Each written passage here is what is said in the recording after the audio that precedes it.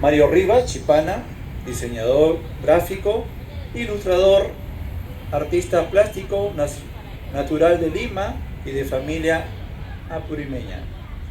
Ayacuchana, con más de 16 años de desempeñándose en diversos ámbitos del medio gráfico, artístico y cultural, en la creación de diseño, diagramación y colaboración en proyectos editoriales, combinando las técnicas tradicionales, digitales, y viene trabajando profundamente en la ilustración de temáticas relacionadas con educación, biodiversidad, los derechos humanos, género de interculturalidad, temas con los que se siente comprometido a muchos niveles. Viene elaborando su primera muestra personal de arte mixto.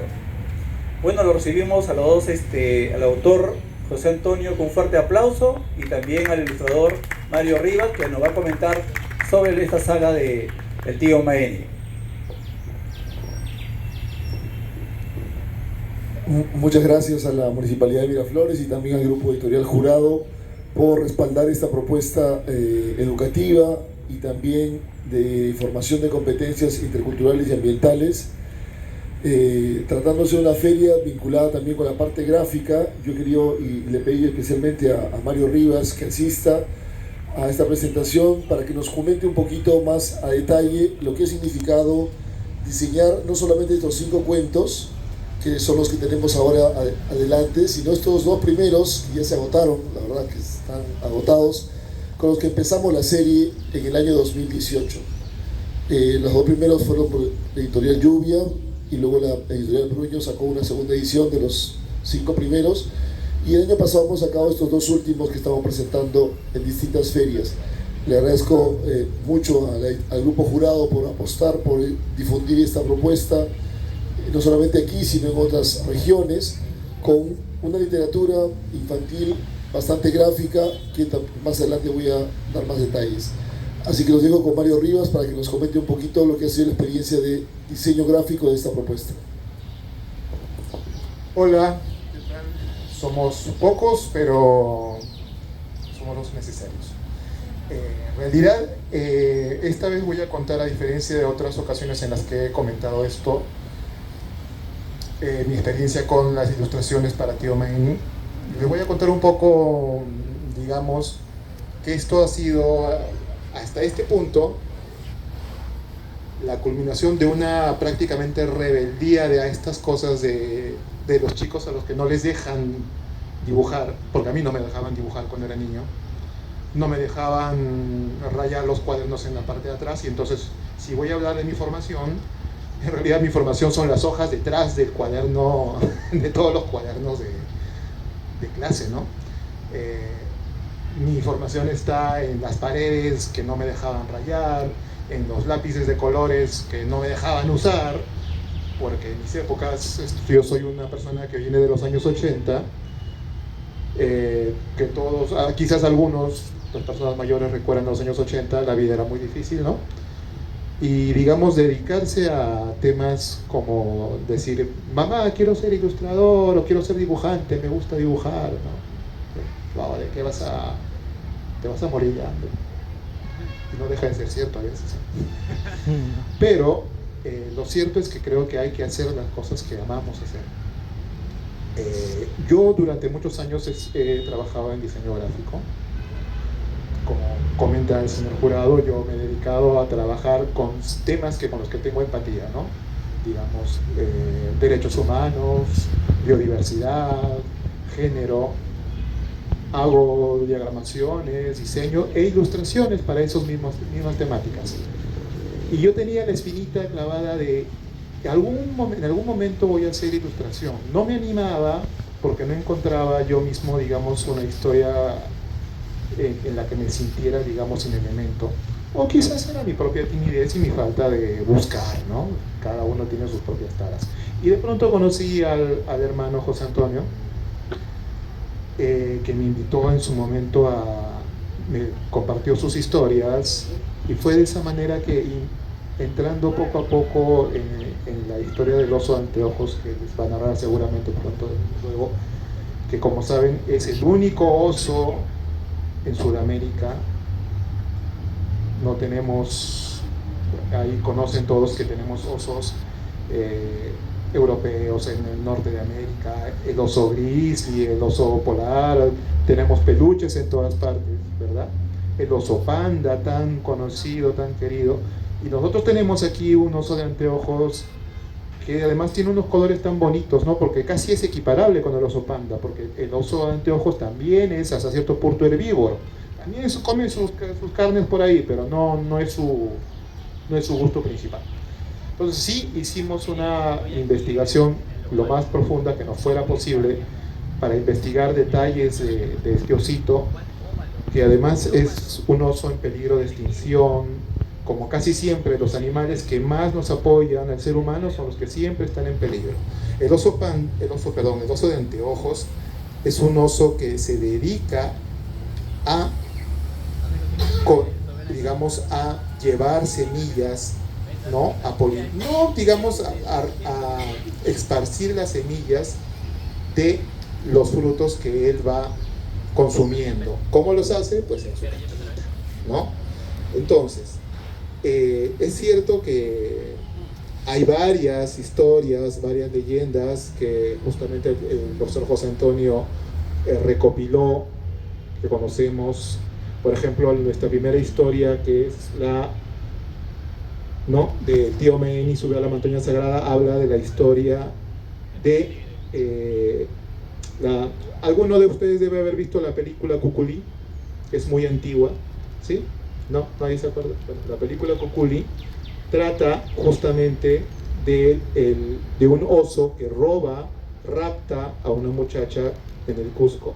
Y esa historia en realidad proviene de una vieja tradición que en esta ocasión, en este primer cuento, se hizo una adaptación para los niños, porque igual no deja de ser una historia fuerte, pero se ha hecho una adaptación. Podemos mostrar esa parte en la que el tío Maeni va a buscar a su sobrino, ¿no?, que es también un oso que se transforma, porque en el mundo andino hay muchos temas de transformación.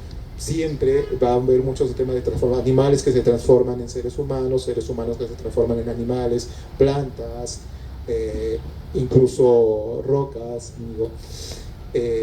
Y esto, ¿no? Entonces, yo muy contento, muy feliz de haber encontrado la posibilidad de imbuirme en ilustración, sobre todo para temática infantil, que, como les digo, técnicamente esto es algo que desde que tenía uso de razón siempre quise hacer, y siempre a veces uno dice, no lo vas a poder hacer, pero llega un momento, en algunas circunstancias, cosas que coinciden y terminan sucediendo. Yo estoy muy feliz y trato de hacerlo lo mejor posible. Este cuento en particular, que es nuestro número 6, ¿no? El 6, Tío Maeni, las fuentes de la vida. Yo sé que mi hermano José Antonio no lo va a querer contar quizás, pero en realidad este cuento nació en el momento de la pandemia y nació, digamos, todas las cosas tienen experiencias, ¿no? Este cuento tiene una historia que está allí escrita, es muy bonita, pero también tiene una historia detrás, porque mi amigo y hermano José Antonio estuvo al borde de irse con el COVID cuando este cuento se realizó. Él dejó su texto hecho y extrañamente pasó como le ha pasado quizás a mucha gente, o a mucha gente que ustedes han conocido.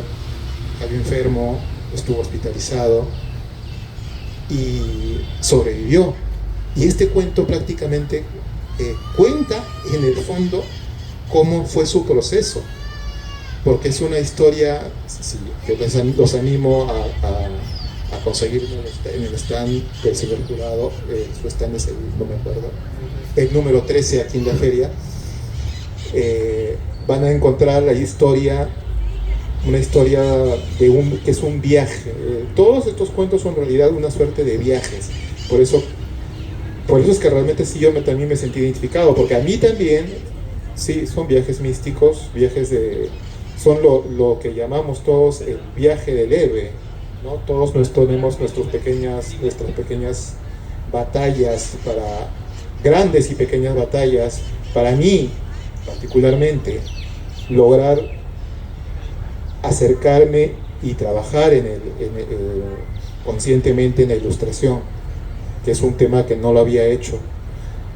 Y de mi hermano yo lo sé, es una forma, ha sido un sueño que acariciaba hace muchos años, y este cuento es, como les digo, muy, muy, muy especial. Bueno, como todos en realidad, no todos tienen mucha historia, pero este es uno que le guardo gran cariño justamente por lo que significó en su momento.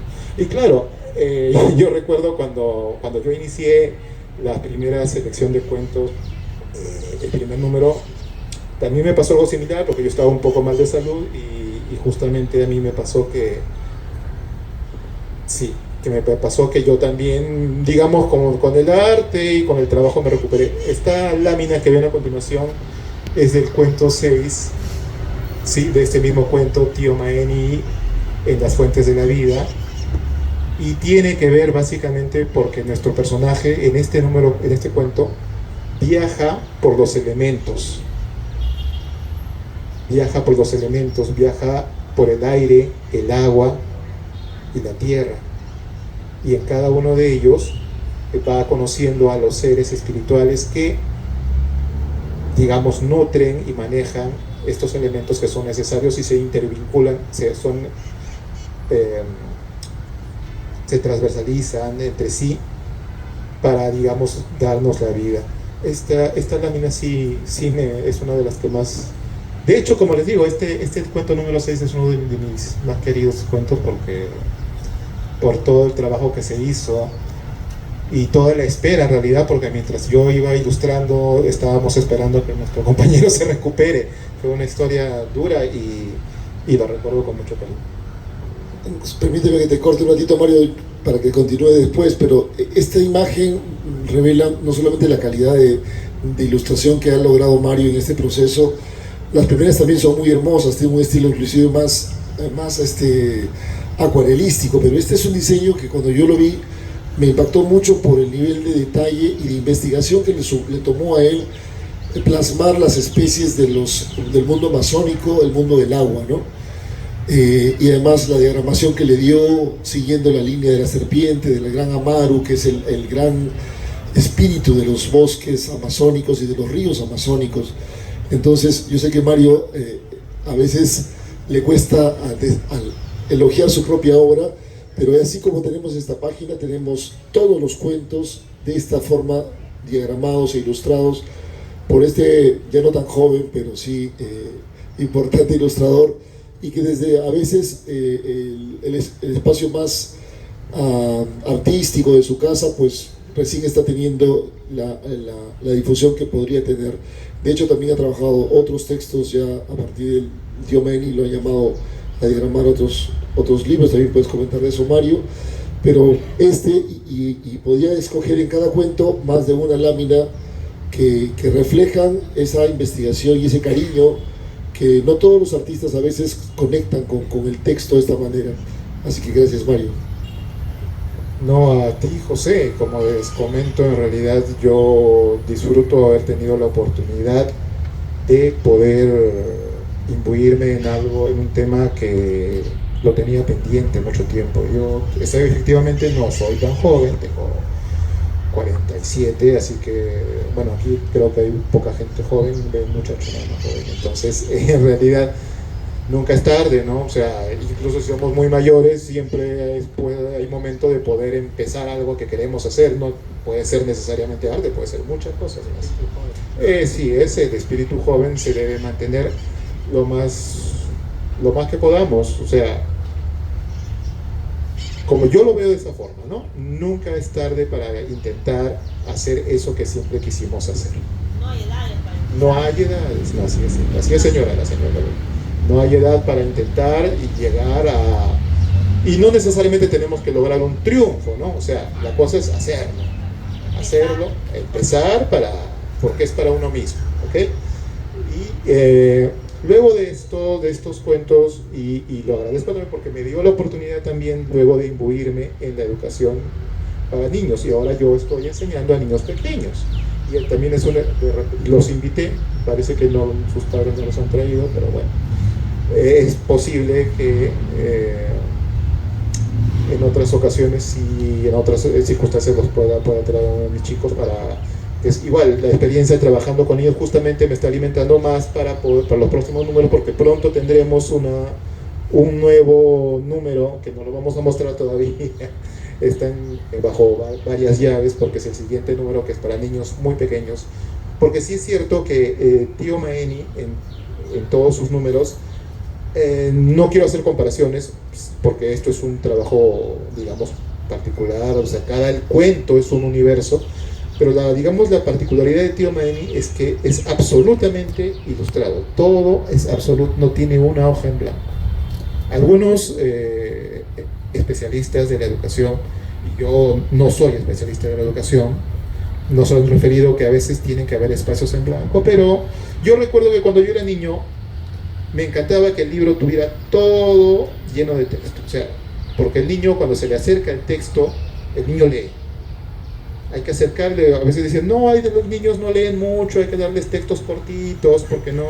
Yo creo que el niño sí lee, si le acercas la información, el niño va a leer por el interés, y las ilustraciones muchas veces ayudan digamos, a entusiasmar la lectura, ¿no? Y por eso Tío Maeni en todos sus libros tiene todo, absolutamente todo ilustrado. Ustedes, digamos, encontrarán un cuento rico en texto y rico en imágenes, ¿no? No hay descanso con Tío Maeni.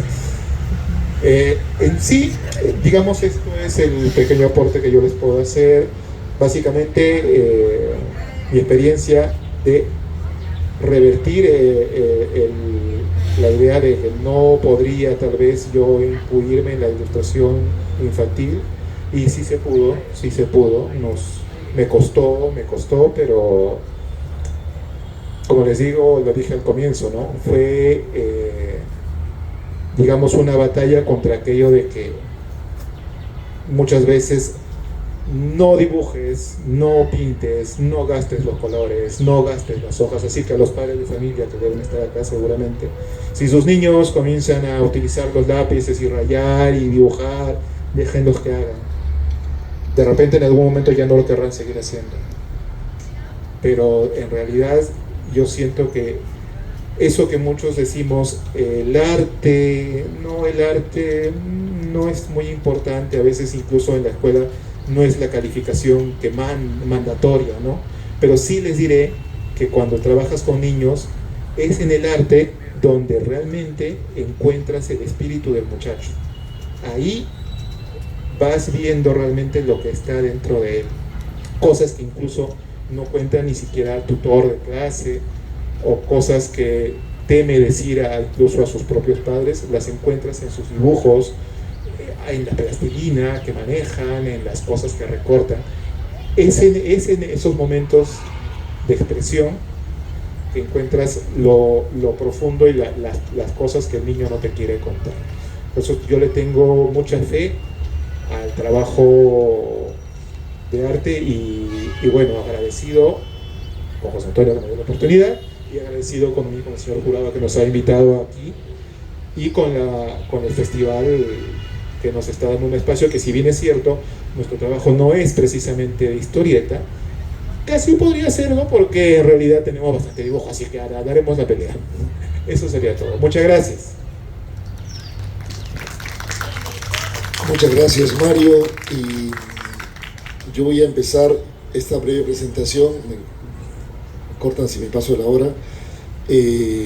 Primero agradeciendo nuevamente al grupo jurado, porque estamos aquí gracias a sus gestiones y porque además estamos amasando un proyecto editorial un poquito más ambicioso con este grupo editorial, para poder difundir más y mejor la obra que hemos empezado hace ya 6 años casi con el Tío Maeni, y también otras publicaciones, no solamente cuentos para niños, sino también material para jóvenes y también material de distribución académica. En este caso, en este momento nos toca hablar de los relatos del Tío Maeni, y pregunto, ¿alguien aquí habla, además del castellano, otra lengua? Imaynaya, Ayayancho, Ayin Miarim. Qué gusto, muy bien. Bueno, esta es una serie de cuentos que, además de tener una excelente diagramación e ilustración, nos hablan de esa diversidad lingüística y la diversidad cultural del país. En cada cuento vamos a encontrar referencias a tradiciones orales que hemos recogido, escuchado y cuidadosamente adaptado para los niños de 5 a 10 años.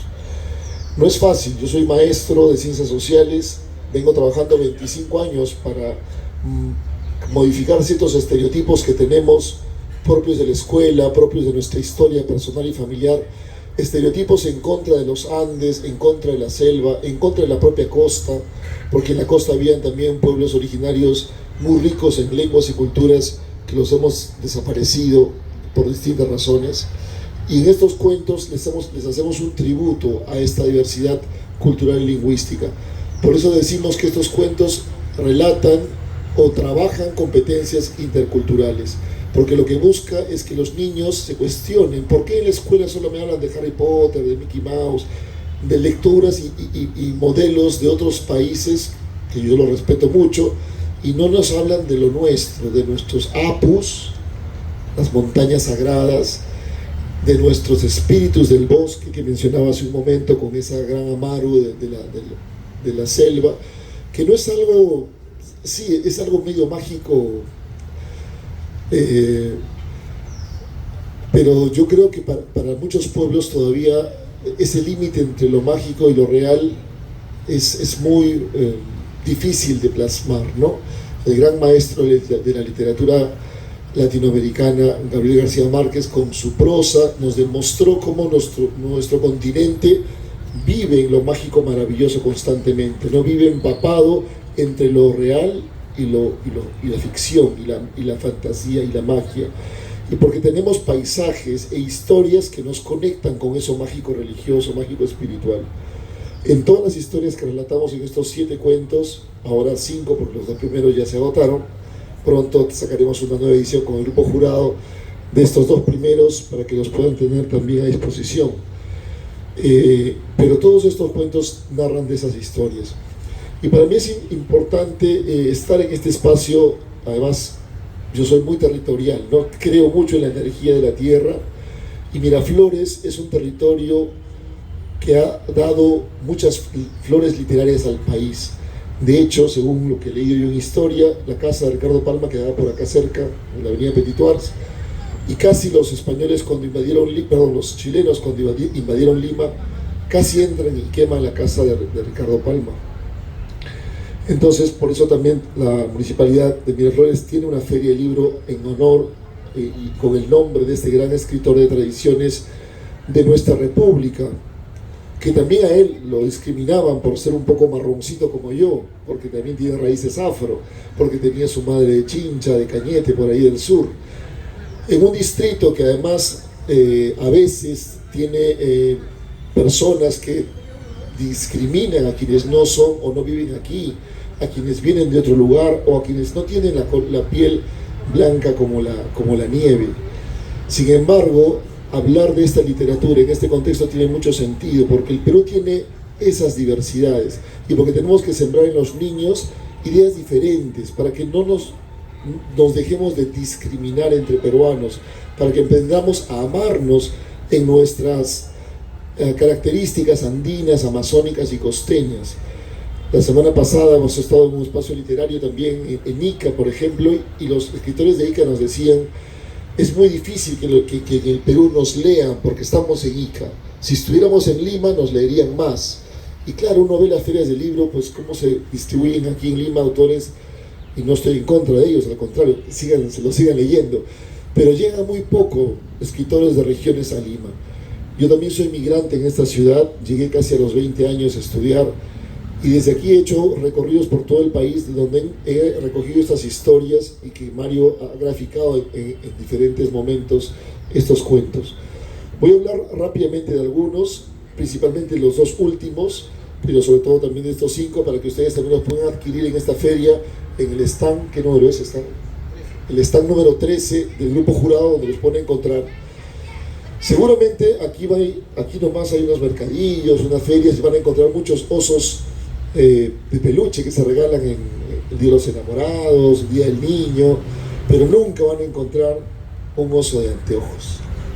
Este osito que lo hace una artesana de Comas, lo hacemos para visibilizar lo que no queremos ver o lo que no nos han mostrado. Ya decía Mario, el oso andino, el oso de anteojos, vive en todos los Andes, desde Venezuela hasta Bolivia. Es más, nuestros hermanos venezolanos, a quien tenemos aquí un amigo, ha sacado una película. La primera película de un oso de anteojos es trabajo de un equipo hace ya 15 años de artistas venezolanos. Miraflores tiene una plaza, me parece por acá, nunca he ido todavía, pero he visto un Paddington. Paddington Bear es un oso de anteojos, pero es un oso que lo sacaron de su territorio y se lo llevaron a Inglaterra. Claro, es muy famoso porque viene de allá, pero él dice que es peruano, tiene sus raíces peruanas. Los que hemos visto o leído alguna de sus historias sabemos que es una bonita historia y es un bonito personaje con el cual los niños ingleses aprenden a leer y a escribir, pero es un osito que extraña sus orígenes. El tío Maeni no extraña sus orígenes, el tío Maeni celebra sus orígenes, hace fiesta con sus relatos de origen. Y el principal relato que he encontrado en mi investigación y que hasta ahora ningún lingüista o ningún literato lo ha refutado, es este relato del origen del pongo de Mainique, que da cuenta de la antigüedad de las tradiciones orales vinculadas con el oso de anteojos. Todos hemos escuchado lo que en geografía estudiamos los pongos del Perú, y hay un pongo llamado Mainique. Maeni significa oso de anteojos en lengua machiguenga, y este cuento le hace honor y tributo a esa lengua que muchos de nosotros seguramente nunca hemos escuchado.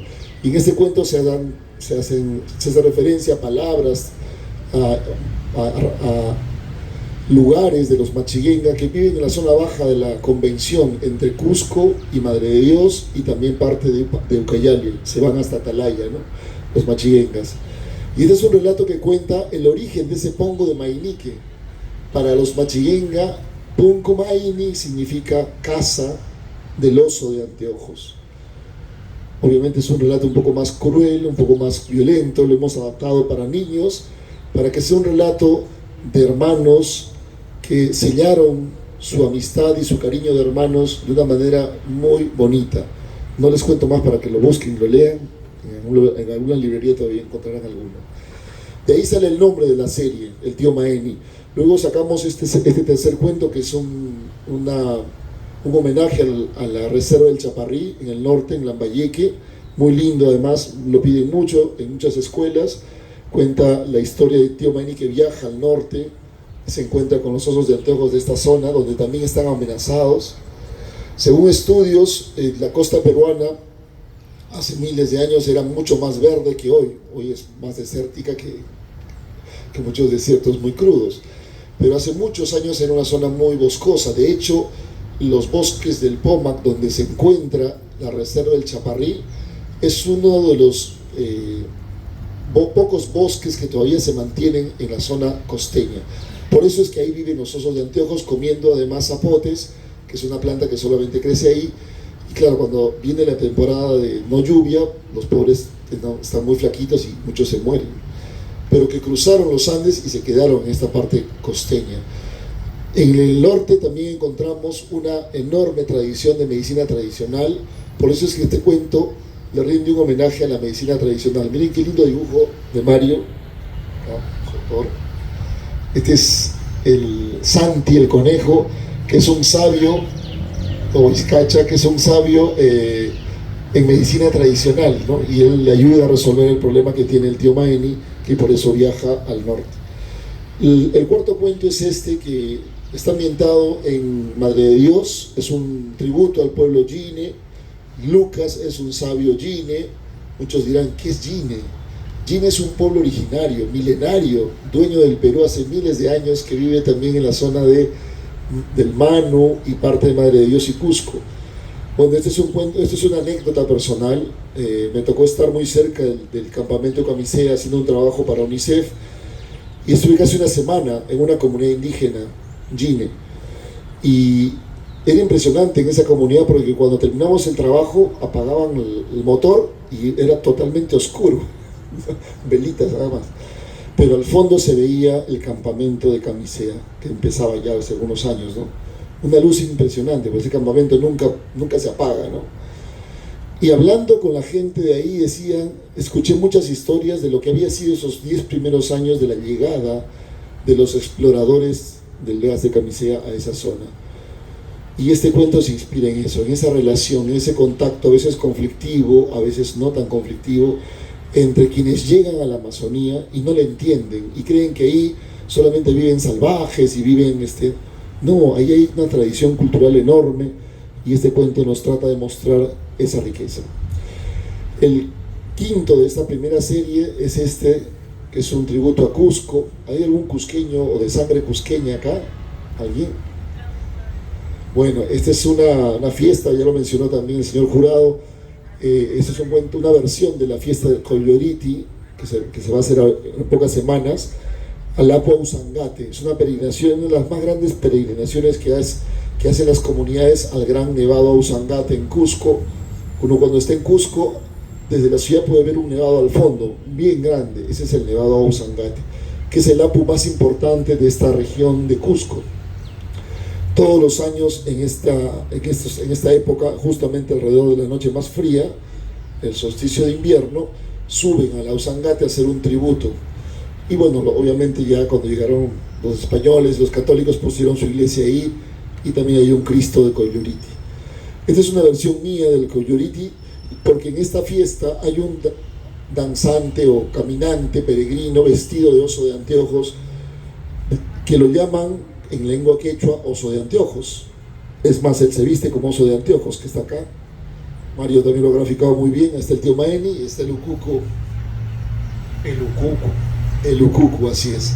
Hace poquito Yuyascania también ha presentado un libro sobre el Ucuco, porque es un ser que existe. Y es más, para entrar a ser Ucuco hay todo un proceso en Cusco, ¿no? Todo un proceso de purificación y de preparación, porque caminan mucho, porque tienen que hacer una serie de rituales. Este es un tributo al Ucuco, del Pablucha, pero también es una oportunidad para pensar en qué estamos haciendo con los glaciares.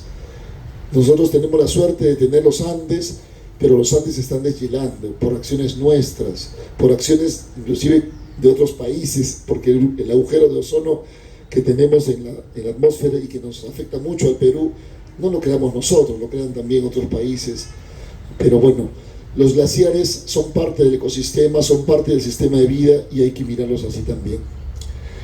Bueno, ahora pasamos a los últimos. Ya Mario me ha comentado un poquito este cuento. Yo solamente voy a decir que parte de la realidad de este momento que yo esté aquí tiene que ver con este cuento.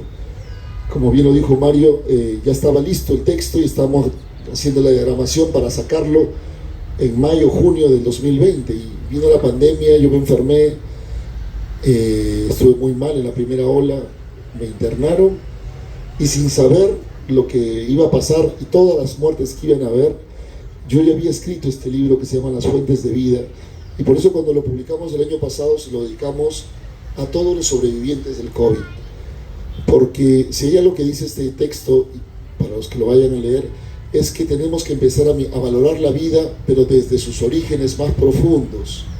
La vida no es nuestra solamente, la compartimos con los árboles, con esos gatos que hemos visto por aquí, con esas hormigas, con esos perritos, con esas abejas. Compartimos la vida con estos seres. Y en el mundo andino y en el mundo amazónico, los pueblos originarios viven esa cosmovisión, donde todo lo que vive está conectado. Y nosotros somos parte de esa conexión. De eso trata este cuento, les invito a leerlo. Aquí también rendimos un honor especial a Machu Picchu, nuestro principal santuario arqueológico, que forma parte del Parque Nacional Machu Picchu, donde viven osos de anteojos. Es más, la historia comienza en Machu Picchu. Además, Mario ahí hizo una recreación histórica muy bonita de cómo pudo haber sido Machu Picchu en la época de los incas, ¿no? Ahí tienen su dibujo, bien grandote, para que los niños cuando lean el texto también se metan en la historia hacia el pasado. Y al final rendimos un homenaje a la lengua asháninca, porque este Calamaeni, que es un ancestro, el tío Maeni, se encuentra con un Kemari. ¿Qué es Kemari, profesor? Kemari es el nombre que le dan los ayánicas a los tapires o a las sachavacas. Nosotros lo conocemos como sachavaca. En los textos escolares se dice sachavaca, pero es el término quechua. Sachavaca es como los quechua le decían a esos tapires. Sachavaca, parece vaca, pero no es vaca. Los ayánicas le dicen quemari. Y los quemari son animales que también están amenazados. En cada cuento siempre tocamos, además del oso de Antíoco, que es un animal amenazado por lamentablemente nuestras prácticas, siempre hacemos mención a otros animales que están en esa condición de extinción o con amenaza de extinción. Y terminamos, un minuto, dije que a las 7:40 terminamos. Terminamos con este, que es el último que hemos sacado, que está ambientado en el lago Titicaca, y es un cuento que nos habla del agua, la importancia del agua, con un personaje muy lindo que es Achanjara, esta niña Aymara, que además es protagónica en este cuento, y que está también muy conectada con todos los ambientalistas, porque hay muchos ahora en el Perú y en el mundo que luchan porque nuestro planeta empieza a mirar no solo los dólares, no solo los yenes, no solamente lo económico, sino que empiecen a mirar qué estamos haciendo con el planeta. Les invito a leerlo y a disfrutar también de los buenos dibujos de Mario. Yo agradezco mucho al Grupo Jurado de estar aquí, porque si algo tiene nuestra serie, sin saberlo nosotros mucho, porque empezamos esto de manera muy, muy empírica, nuestro modelo de cuento es un modelo de cuento álbum híbrido, porque es tipo álbum. Ustedes verán en literatura infantil hay cuentos que solamente tienen una imagen y no hay palabras, toda la imagen. Siguiente página, una palabra. Siguiente página, un verso. Siguiente página, ni una palabra. A eso se le llama cuento álbum. Y son cuentos muy lindos y muy buenos para iniciar a la lectura a los niños.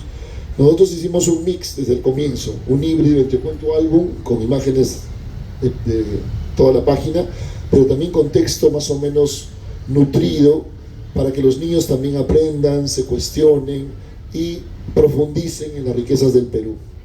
Y voy a saltar una primicia, me va a permitir, porque estamos acá también por la invitación del Grupo Jurado.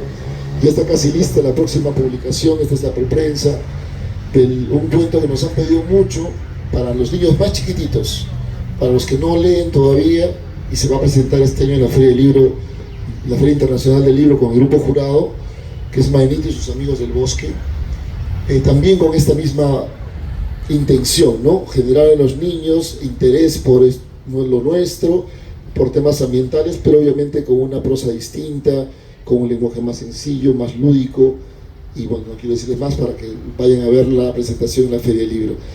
Gracias, señor jurado, y muchas gracias a la Municipalidad de Miraflores también. No sé si hay alguna pregunta, comentario. ¿Ustedes van a vender acá los cuentos? Sí. Están 13. 13 cada uno. Sí, vamos a estar una mesita ahí, vamos a vender los libros, están cada uno 25, y si compran la saga le hacemos un precio especial. Gracias. Gracias a todos. ¿En qué stand se encuentran, Alejandro? En el stand 13. Stand 13 del Grupo Jurado. Muchas gracias. Bueno, gracias a todos. Nuevamente despedimos al autor invitado. Les recordamos a José Antonio, a Mario, a Alejandro, que nos encontramos en el segundo Festival Nacional de Historietas organizado por Contracultura, promovida por la Municipalidad de Miraflores, auspiciada por la Embajada de Brasil, la República de Argentina en Perú, apoyada por Quimochi Gestión Cultural y con la colaboración del Colegio de Bibliotecólogos del Perú. A todos ustedes, nuevamente nuestro agradecimiento por habernos acompañado.